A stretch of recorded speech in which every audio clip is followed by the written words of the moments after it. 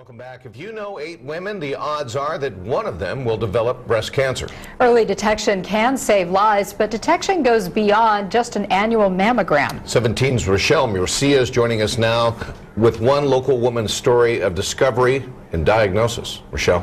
Susie Florian found her breast cancer through self-exam. She's getting treatment. She just finished chemotherapy, but still has a long road ahead. Now she's facing radiation rounds, then 5 years of hormone therapy. But she wants to spread her message as she continues to fight back. I first met Susie Florian last month. She sent 17 News this picture of someone who parked millimeters away from her car at Mercy Hospital. She thought it'd make for a funny story. For someone to have that sense of humor, I was surprised to learn of the other predicament she's facing. I felt this lump in my left breast. I would say about 1.5 years ago. Let's rewind. 12 years ago, with no family history of breast cancer, around the age of 40, Susie began getting mammograms every year as doctors recommend. There were times that I spent the afternoon on my birthday having a mammogram done, and my friends would laugh at me about that. Every year, Susie had reason to celebrate, coming back with a clean bill of health. But not settling with what the results showed, she did self-exams.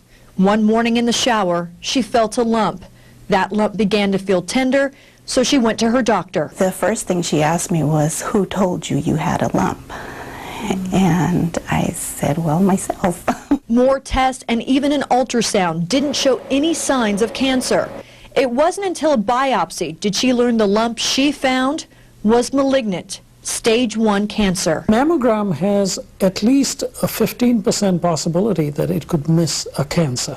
So you cannot say I had a mammogram and I'm done. Dr. Ravi Patel is now Susie's doctor at the Comprehensive Blood and Cancer Center. He says women need to know there are several steps to detection: mammograms, ultrasounds, MRIs, and self-exams. One alone, as in the case of Susie, isn't always enough. Her case is rare in the sense that the whole situation where the cancer was not picked up on the mammogram is an important message, and I think that was the unusual piece. For Susie, discovering was only part of the battle. This woman, a mother and wife, had to break the news to her family that she has cancer. I told them that this wasn't a time to be sad, to be broken, that instead we should be grateful. I love her a lot. I love her a lot.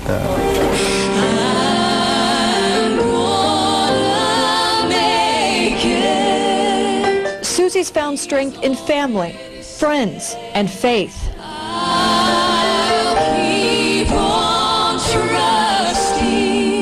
This song by the gospel group The Sisters has become one of her favorites, giving her courage and continued compassion through her cancer battle. She thought of others, cutting off the long hair she has had all of her life, donating it to Locks of Love. Hi, this is Susie. And she thought of others, deciding to continue to work through her chemo treatments as a bilingual specialist for the Kern High School District. This woman's a trooper. She doesn't let anything keep her down. Sharon Breel is Susie's boss. She says Susie has shared her story with many of her coworkers, but keeps her sense of humor, even in the few cancer complaints she's voiced. I remembered Sex and the City, that one of the players wore a wig, and in the end she rips the wig off because it's kind of hot. That's better. You know, and she said, and then all the women rip their heads off. And sure enough, you know, one of the things that Susie mentions is that her head gets hot. By midday, I'm ready to just pull it off. So after this interview, I'll put my hat on. On the morning of her last chemo treatment, Susie invites our cameras and I into her home to follow. First, a healthy meal.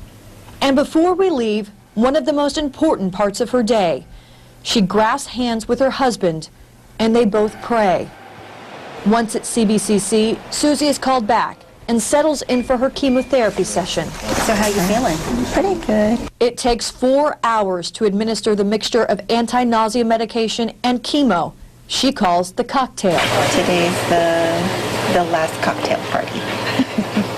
She's still beautiful. No matter what, I see her the most beautiful woman in the whole world.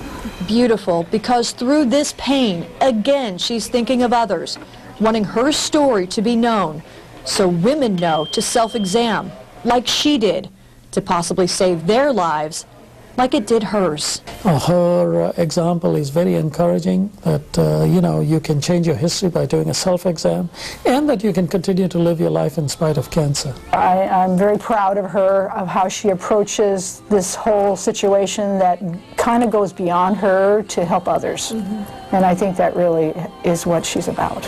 I've always said that in the middle of chaos, there's always something to be grateful for. Later, when this is over, I want to show and tell. I will be cancer-free. I know I will.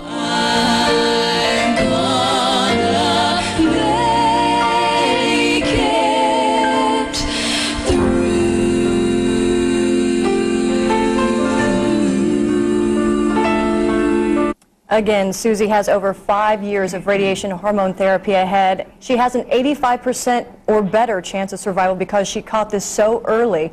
Her message, women, give yourself self-breast exams on top of annual mammograms. And if you feel something, don't ignore it. Reporting live, I'm Rochelle Murcia, 17 News.